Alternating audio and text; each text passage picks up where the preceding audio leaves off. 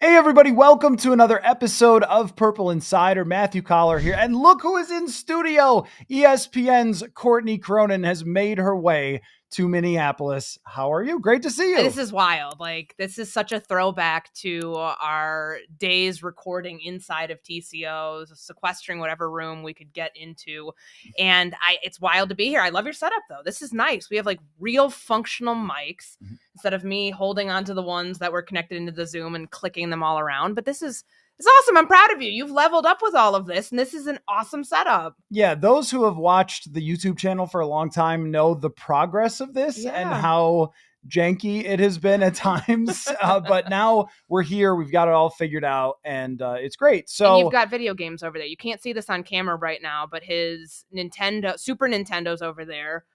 I see all the cartridges. Where's your N64? The N64 is over right there. Is it GoldenEye in the cartridge? That is Ken Griffey Jr.'s Slugfest. Okay. And then there's a PS2, couple of TVs over here. So yeah, we've made it into the I am still kind of a child type of studio. I like it. But you don't have much time because you've got to catch a flight back to Chicago. So I want to dive into what the Vikings are doing with you, because I've gotten your takes on the Chicago Bears throughout the offseason, what they're doing. Now we all know exactly what they're doing in drafting Caleb Williams, but I haven't really asked you your opinion on what the Vikings are going to do on draft night. And even just seeing this come together from afar with Kevin O'Connell, Kwesi Adofo-Mensah, this is the completion of the plan. For wrestling fans, the Cody Rhodes, it was finish the story. Did you follow that at all? I'm not a WrestleMania person, but I tried. Okay, people would know what I meant if you like wrestling. It was finish the story for Cody Rhodes.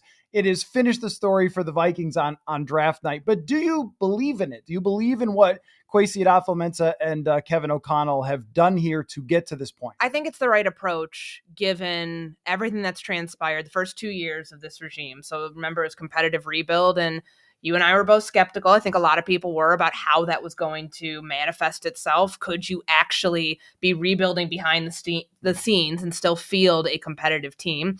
It worked for 1 year. It, for a number of different reasons, did not seem to work, at least in terms of wins for more than a 7-10 team last season. But for as aggressive as they've been this offseason to go get Houston's first round pick, so now that they have two, and to be in position to trade up, which I know that teams are going to make that difficult because it's so obvious what they need to do and what they are positioning themselves to do. It's just, where do you get in that top 6 of the draft order? Because you certainly can't go you need to leapfrog the New York Giants, in my humblest of opinions. But it's the right approach. And if they can just get their guy by packaging what they have right now, just get a quarterback for this year. So you solve one of the hardest things to do, because this team's they've never been aggressive in doing that in all the years that we covered the team. And certainly history before that, if they didn't have a first round pick that put them in earshot of what they wanted at that position, they weren't going to try to go give up the farm to go get their guy. And I don't view this as having to do that. So I think this is right along where they expected to be in terms of completing that mission of saying goodbye to Kirk Cousins a month ago, of finding a way to bridge the gap, at least for now, with Sam Darnold, and then being aggressive and being calculated to go get the draft capital they need to ultimately move up. Because, we go back to the combine. You and I were talking about that throughout the week. That's what we had been hearing that Kwesi was going to have to do and was positioning himself wisely to do, dating back to the time before they let go of Kirk Cousins in free agency.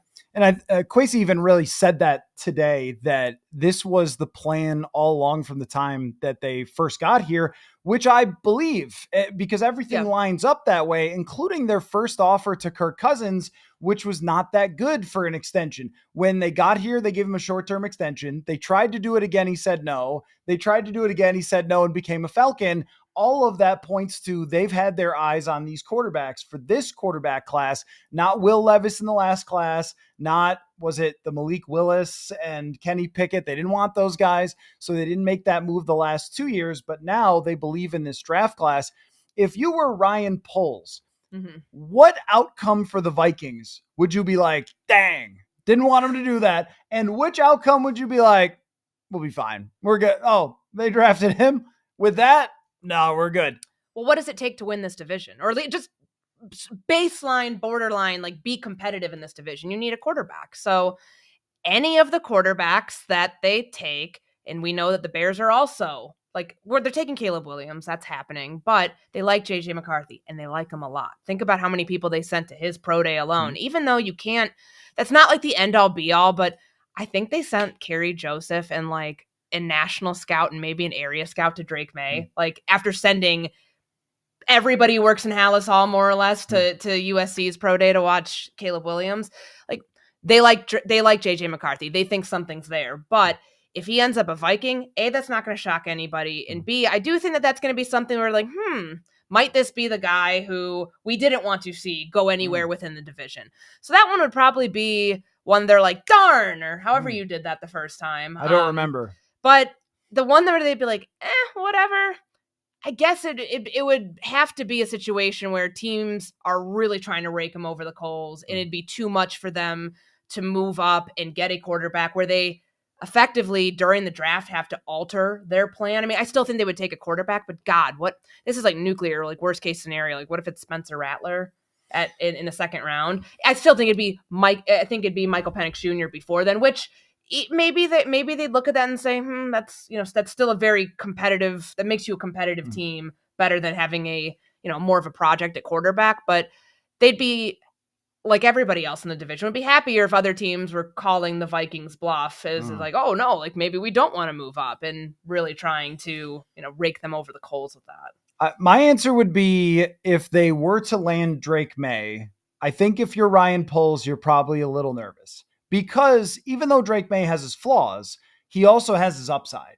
And the upside, along with Justin Jefferson, of a giant playmaking dude with a huge arm, could be really good. And that could compete with Jordan Love and compete with Caleb Williams. If it's Bo Nix, you're probably less intimidated. That doesn't mean that Bo Nix can't win. It's just the ceiling, the upside, the, hey, is this guy, right, the age, is this guy going to take over games against Eberflus's defense? Like, probably not. And with Drake May, I think if you're Matt Eberflus, you're probably also feeling like, what I want the Vikings to have is somebody that I can scheme against, and if I win, we're going to be fine. Not someone who's going to make me wrong. And that's what I like the most about Drake May in particular, is that there were lots of times with North Carolina where people broke through immediately, or where receivers looked like they ran the wrong route or something, and he just found a way to make plays. That's something you and I did not see a lot of from Kirk Cousins. With McCarthy, I think it might be there, but not quite to the level. Unknown. And that's, I don't know, it makes him such an intriguing prospect, and I will laugh at all of us, myself included, if all of the smoke that's come out the last 4 or 5 weeks, him climbing up most mock drafts into being, this guy was a second-round pick in like mock draft 1.0 from Mel Kiper or whoever it was, Jordan Reed, a couple months ago, late January, right around the time of the Senior Bowl, and then all of a sudden this guy might be the third or fourth quarterback taken. Like, where do we come? Like, how did we get there? But it's because we just don't know yet what his arm's like and what his arm's going to be like on a consistent basis when he's consistently tasked with picking a defense apart. Like, can he do it? Is there a reason that they didn't put him in that position to do it at Michigan? Like, that's the unknown. And if you have all of these teams evaluating the quarterback prospects the way that clearly the quarterback needy teams are, maybe they know something that we don't. And for the Vikings, if they're able to, like, if it's Drake, Drake May is probably the third quarterback off the board, if not the second. Like, can they actually get there? Do we really think the Patriots are trading out of that pick? I'm not convinced on that. I don't think so either, unless it's some sort of crazy deal. Unless we're talking about 4 firsts. What's the legal limit on firsts? I think it's 3. Is it not? You can do more than 3, right? If you had 2 for this year. Okay, sorry. 2 in the future. In terms of the years, you can't go beyond 3 years in the draft. But so you'd say like, like, let's use logic here. You think the Vikings would give up 4 first-round picks? No. For Drake May? No, I don't. That might be like the worst trade of all time. Or he could be really good. Or he could be really good, but there's nowhere out there that has a projection that says, sign off on this trade, Mark and Ziggy. This is a great one. This is going to help usher this team into the post-Kirk Cousins era. I just don't see that. Well, let me try to justify it. I don't believe in it, but let me try.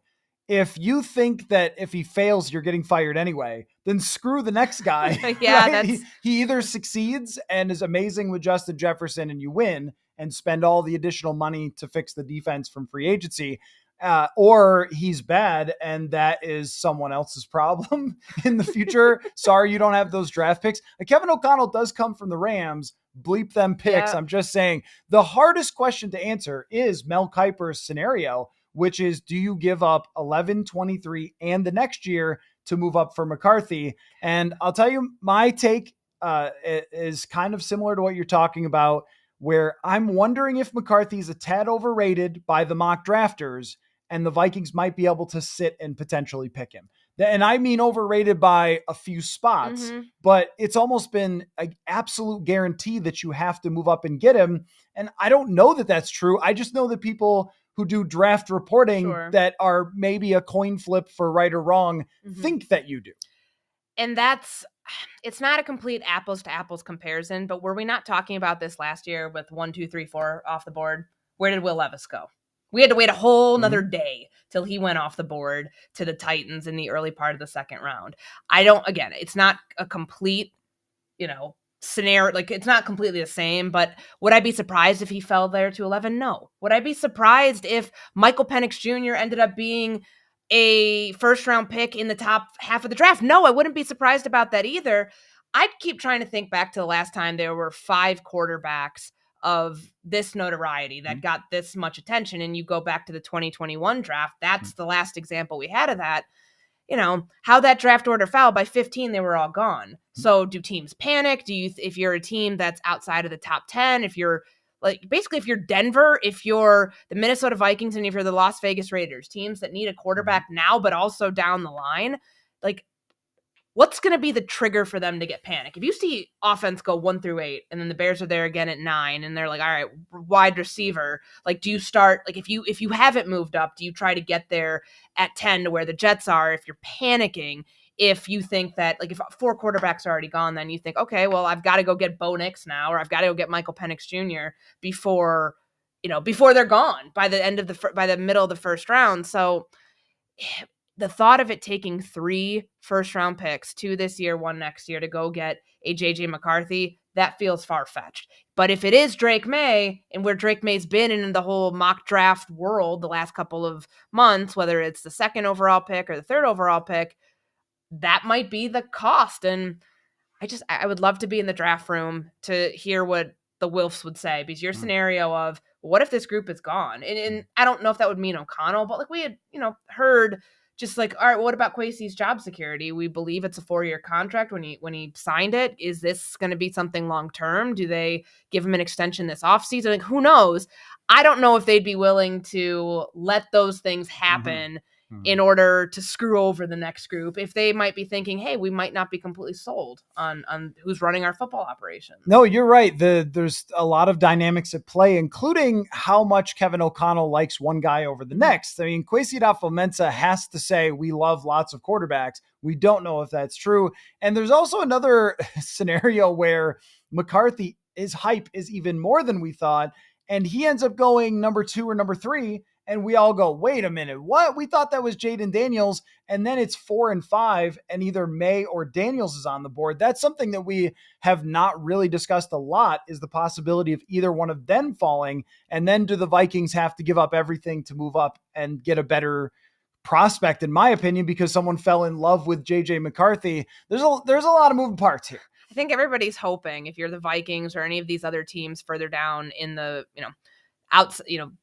back end of the top 10, outside of the top 10, that it's receiver, that the Cardinals don't trade that pick, that the Chargers end up taking a receiver, that the Giants are no, we're cool with Daniel Jones. We just paid him a ton of money. We might as well get him a weapon to throw to. Then if it's 3 and then there's 3 straight receivers taken, might you be in a better position, or are you freaking out thinking that JJ McCarthy could be the next guy, even though, teams like Tennessee don't need a quarterback, they need Joe Alls. Teams like Atlanta probably need a defensive end. Teams like the Bears, they probably need a receiver, unless there's a defensive end there that they really like.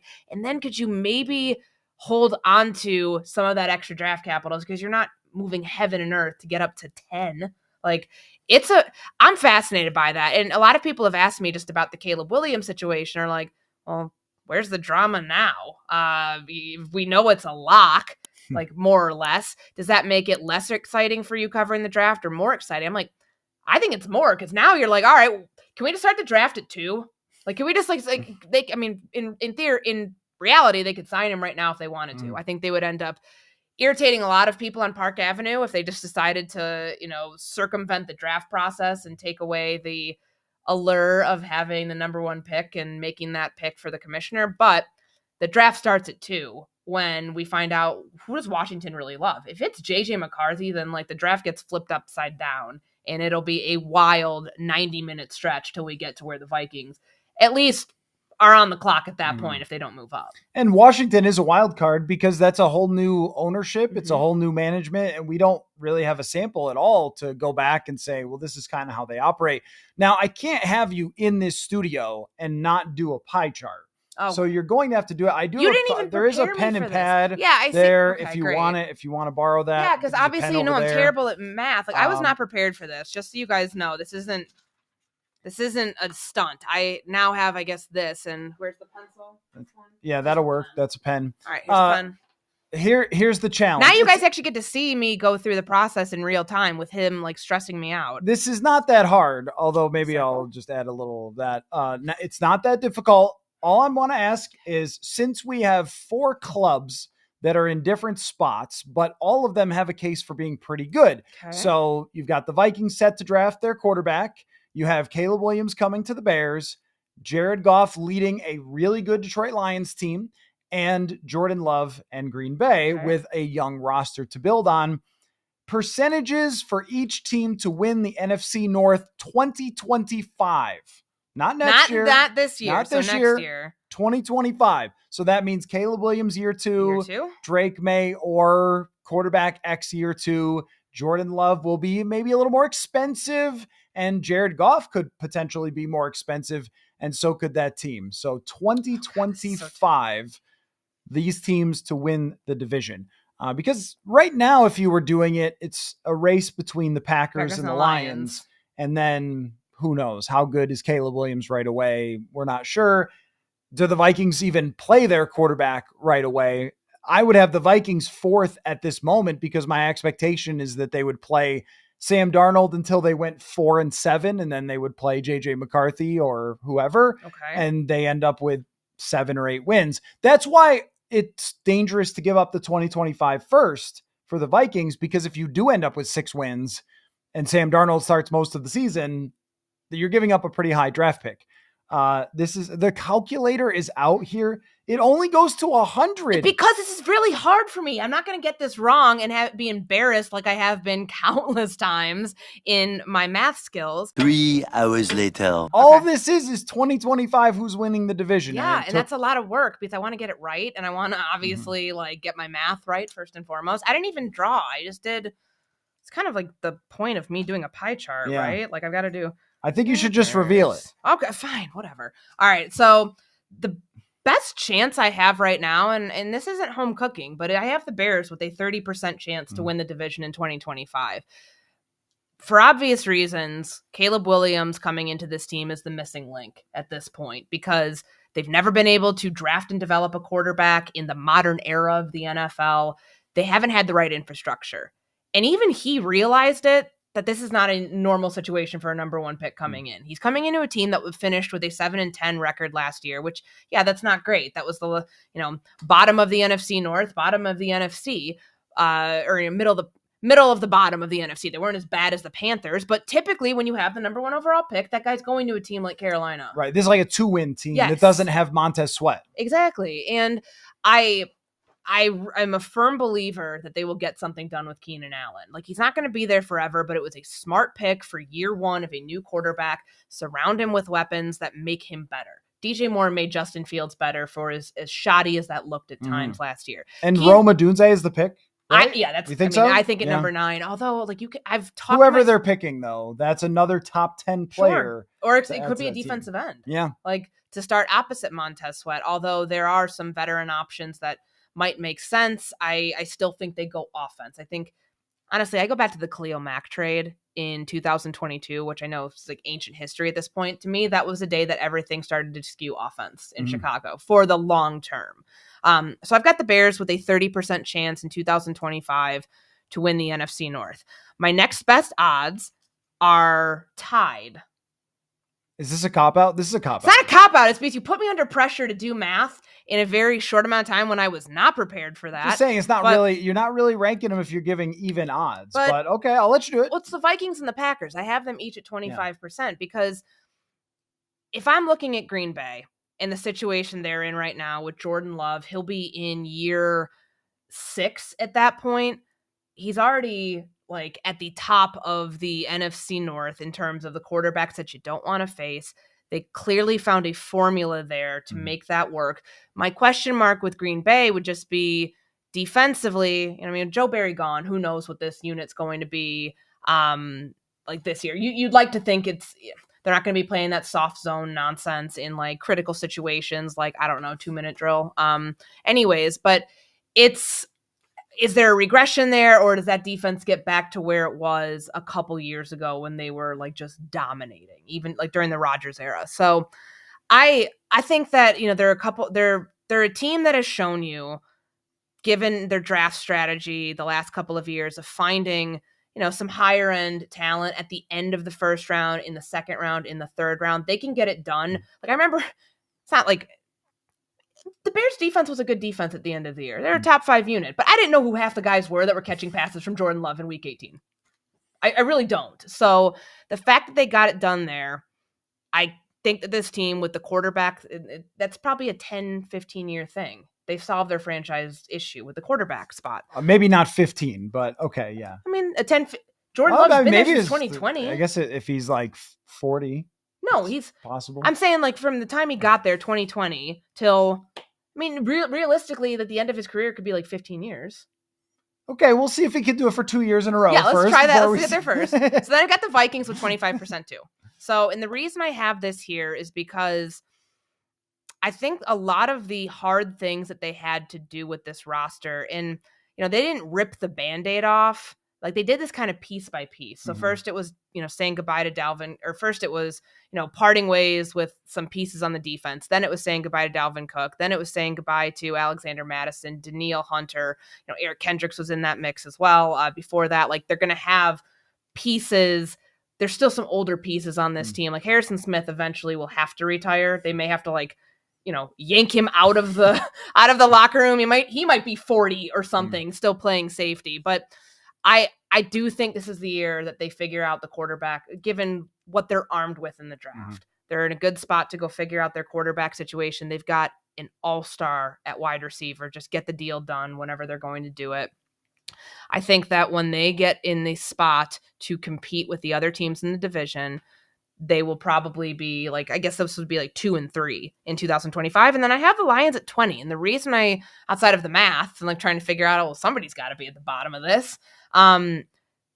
What happens when Ben Johnson inevitably leaves next year? Because like, he didn't want to go to Washington. We know that much, but does the offense change? Can Jared Goff, I mean, it's been 2 years now where we've seen him really excel within this team and get to the NFC Championship. I think they have another year of that in the midst. I think that what they do with their running game and how active both of those guys were with a multitude of roles that they were served in with David Montgomery and Jahmyr Gibbs. And then the offensive line, that's the best offensive line in the NFC North. Defensively, I have questions. I have questions about Aaron Glenn's unit. Like, I mean, we've had questions since we watched them, lose their mind in that Thanksgiving game. Is that defensively, are they going to end up being what like versions of the Bears and Vikings were like in our years where the defense kind of was their Achilles heel? Can they get away from that? Is this the year where like they're able to, right some of their wrongs from what we saw in 2023. So then in 2025, maybe I'm changing my pick. I don't know. But like, I'll go through it again. 30% Bears to win the division in 2025, which is a lot of pressure. I mean, 4 years into a rebuild to go from like 0 to 100, that's probably a standard amount of time. But 30% for them, 25-25 for the Vikings and Packers, and 20 for the Lions. And the math adds up to 100. That's like the biggest accomplishment that I've got not here. with a calculator. You get no points for that. No, yes, please. I do. Like, stop trying to beat me down. Well, I mean, I don't think that if you use the calculator, you can really pimp the home run, right? If you're hitting off a batting machine, bat flip not a pitcher, then you can't pimp the home run. Anyway, I like your list, though. Thank you. I like your pie chart because, I think that all 4 teams' fan bases could put together an entire presentation of why they will be the best in 2025. Will the Lions have added more beef to this, or will they have gotten a little more expensive and had some guys get hurt or whatever happens to teams? It's hard to compete year after year after year. You're going to have to pay a lot of guys, starting this year with Amon-Ra. So right. And then Jared Goff needs an extension. And as you mentioned, Ben Johnson probably gets a job after next season, assuming they don't hold that Washington thing against him. And we saw this. We saw a team rise and then plateau with the Vikings. I feel like Caleb Williams, because his ceiling is the best quarterback in the NFC, that's his ceiling. That doesn't mean he'll get there, but that is his ceiling. That's what puts them in position to be number one. That as much as Jordan Love showed last year, Caleb Williams at his absolute best could possibly be even better than Jordan Love. And with the Vikings, we don't know which guy they're going to pick. So that harder. Makes it really difficult. But you can believe in what they have offensively surrounding this quarterback for the next many years to come. And there's no shortchanging Brian Flores in this too, because they have his evaluation abilities and his abilities to coach X's and O's. And I just don't think he's going anywhere. I don't think Brian Flores is going to get a head coaching job probably ever again, or at least not for a long time. And that would mean you can continue to build that defense. So the Vikings in 2 years might have not only this great offensive unit with young players, but an elite defense by then that's been built over a number of years. I think everybody's got a good argument. And I mean, you kind of squeeze them together in the right way, as much as I do think it's a slight cop out to have the Vikings and Packers the same. I should probably do one's 27%, one's 20%. Oh my gosh, this but that would have imploded. About to say, do you realize we would still be doing the math on that, or I would be? You have about 10 minutes before you have to go for flight. So let's spend those minutes talking about you and I covering drafts. From 2018 would have been your first until 2022, right? Yep.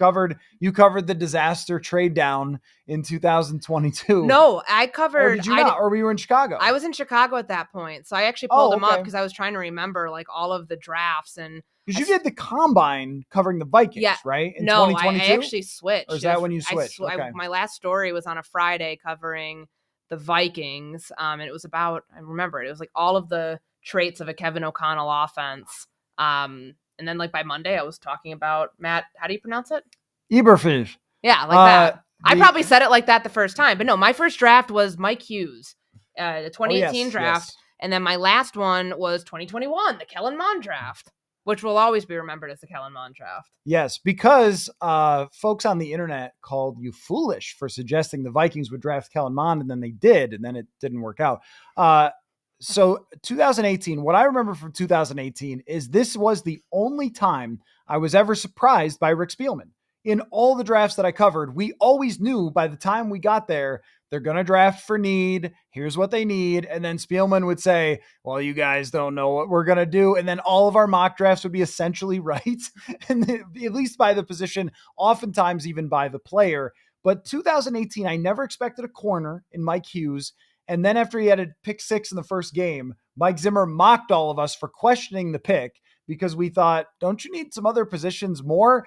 And the wrongest I've been about any draft pick for the Vikings was Brian O'Neill. Mm-hmm. When they picked Brian O'Neill and he showed up to rookie minicamp, I was like, no, that's a tight end. That's not a tackle. This guy can't play. And he's obviously great. Do you remember seeing him? I remember writing a story about how much weight he had to put on when he ate 3,000 plus calories a day. He was chugging whole milk and eating peanut butter and jelly. It's something he did when he was a converted tight end at Pitt. And I remember the welcome to the NFL moment when they were practicing inside the stadium at TCO, and Brian Robinson just he's O'Neal's in his pass set at right tackle, and Robinson just takes his hands and swats him down. Yes, I remember like that as really this well. swim move on him, and I was like, "Oh my god, this is going to be a long project." But God, what a steal! Like in the second round to land him there at what was he 70? No, he's at 62, and for him, as quickly as he was able to cement himself at right tackle and become one of the best right tackles in the NFL, like. And I remember that press conference when he signed his extension ahead of the 2021 season. Like, it was only a matter of time. And for as much criticism as we've given them for how they've addressed the offensive line, I go back to 2018 thinking, okay, draft for need. Well, you could have used Frank Ragnow there. That was my pick in our ESPN mock draft, my first year that I did that. And, like, you know, the board didn't fall that way. He went to Detroit before the Vikings were on the clock at 18. It was, that was a wild time thinking like how that whole thing played out and how, you know, how that whole draft class, when they were on the clock at 30, especially given like, you know, I look at some of these players that are on here, like Tyler Conklin, like, isn't that wild? Like how much he's resurrected his career, like how infrequent his role was in Minnesota. And now with the Jets are like, you know, basically that's where like he kind of blossomed into a really good offensive player. And I'm like, why couldn't the Vikings have done that? It was sort of ish, like when he got a chance to play when Irv Smith got hurt, because Chris Herndon was not worth trading a 4th round pick for. And so he kind of got the momentum going there and has turned into a pretty good player. I remember him being asked by a media member, what do your tattoos mean, when he gave his press conference, and his entire body is covered with them. I think it's his whole left side. Which one? It's like a sleeve and a leg. Yeah. And which like, one? What do your tattoos mean? All of them? Guy, every single one? Like, yeah. What is wrong with this person asking me this question? Speaking of strange questions, 2000, I believe it's 19, was when I think that there's like, what is it when you commit a crime, but it's been long enough? It's like statute of limitations. Yeah. There's statute of limitations on this. We dared you to ask a prospect about his off-field interests. Because let's back up here. So we had a game going because, you know, the draft's it's a grind. Day three. But I mean, well, the whole thing's a long stretch. You start Thursday, you get out of TCO more or less at like 5:00 on Saturday night. So to keep us interested, even though to keep the intrigue going. So it wasn't just like, all right, they drafted this player. Here's a conference call. This was at the time before Zoom, pre-COVID. Yep. So we had like this phone that was like a giant X. Like it just had like these speakers with it. So we all stood around it with our recorders, and they'd be like, hey, so-and-so's on the phone. It's time to ask them a question. We had a game going, and it was, how can you fit certain like football scouting terminology into a question to ask these prospects? We wanted to see what their answers would be. It wasn't me, but somebody asked, who got asked if he was a glass eater? That was me. I think with the same player. So all it was, so we're asking questions that we would normally ask. We're just working in some phrases that are extreme football. Like extreme scouting phrases. Like, do you have oily hips? Meaning, like, can you flip your hips? Like, do you have good, like, you know, are you versatile in your movement? Well, that's usually something that we ask. Who did we ask that to? Well, oily hips came up. Everything, the integrity of the question was still intact. It was just the phrasing.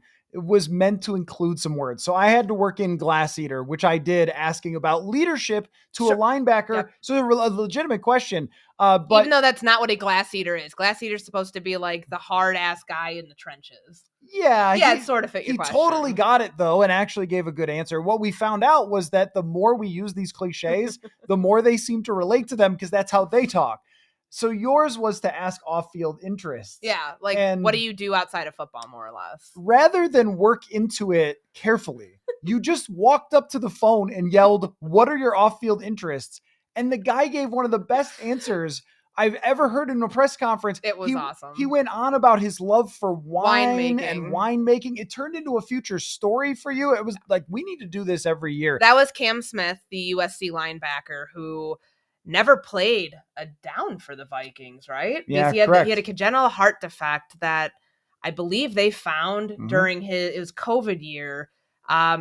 or maybe I think he got COVID and went to the doctor, and that's when they found it. So he was a rookie in 2019. So he played a little bit then. He was a special teams guy. Right. Yeah. But then like 2020, it was in August when we were like waiting for training camp to start, I want to say. And they found out from a doctor's appointment that he had like some pretty serious heart defect that like ended his football career right then and there. But before that, he and I had a long conversation about his I don't even know if it's called an internship, like more like an apprenticeship at this winery called Melville Winery in California. And he talked to me about the science of winemaking, of how you ferment the grapes and all of this stuff. And I ended up talking to the winemaker who I became friendly enough with.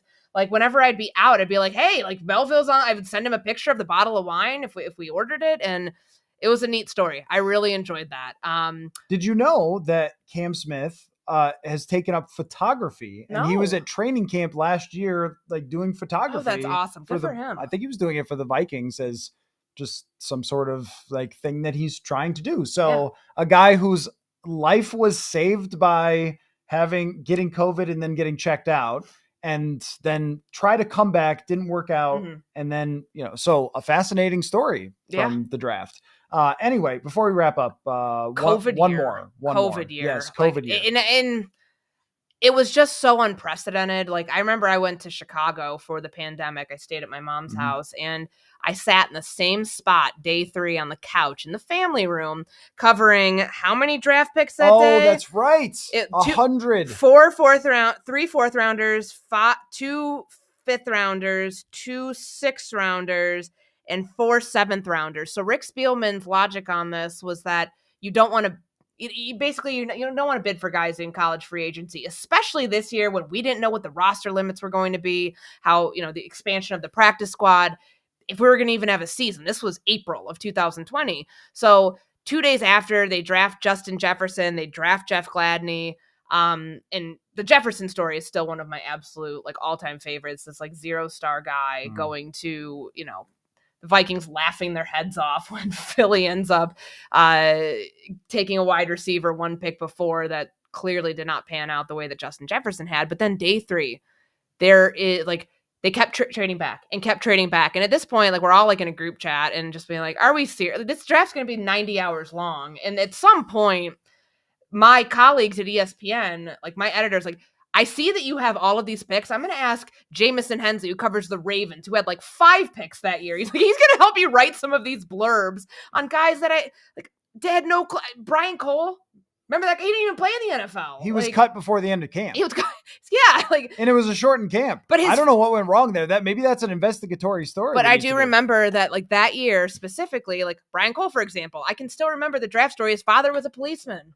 I think he played in the police athletic league because we were on this Zoom. We were all still learning how Zoom worked that year, and getting to ask these guys questions was, it wasn't nearly as fun as are you a glass eater? Are you, tell me your off-field interest? But we got a lot of good stuff out of that draft. And I also want to say, that was the next year, my last year, when Cam Bynum from when he was out in Lake Tahoe and he did a jump, he ran off the dock of his Airbnb that he was renting and did a backflip. Oh, yes. To celebrate him being drafted. I thought it was kind of cool. Most awkward question for me was Jalen Twyman. Now, if you remember, Jalen Twyman did not play in 2020. He thought he was going to be a first-round draft pick, goes in the 6th round the next year. And we were asking him about taking the year off and not playing college football. And I asked him if he had any odd jobs or anything. And he's just like, no. And we're like, okay. Your logic was that I think mentioned. I know exactly what this was. You asked him about give me a minute. Like, I can't even keep a straight face on this. The way that you phrase the question of like, did you do anything, like have any odd jobs? I worked at McDonald's. Yes. And he was like, what are you talking about, dude? I was training for the NFL. My agent's Drew Rosenhaus. And then, he shot that one down very quickly. Yes, I said, I worked at McDonald's when I was in high school. Did you have any odd jobs? Well, the way that your delivery, I think I had to go camera off for a while because I was laughing so hard at that. And the hype around Jalen Twyman, a person who never stepped on the field for the Vikings and also got shot, which probably hurt his chances at that. But the late round hype was really something. One of our former beat partners was all in on the Jalen Twyman hype train. Oh yeah. As many were. Well, anyway, you now are late for this fight. I late so for we got to go. Okay. But we gotta go. Thank you for stopping by. Thanks for having me. Back this to was Chicago. Fun. And I hope that you have more fun draft stories beyond just Caleb Williams, but number 9 could be very interesting. And we're going to be updating that pie chart all the time. He's going to frame this, actually. Yes. It's going to go in the middle of the put wall it right here. back there. Yep. For the next time you stop by. So thanks everybody for listening / watching. And thank you for stopping by. Appreciate it.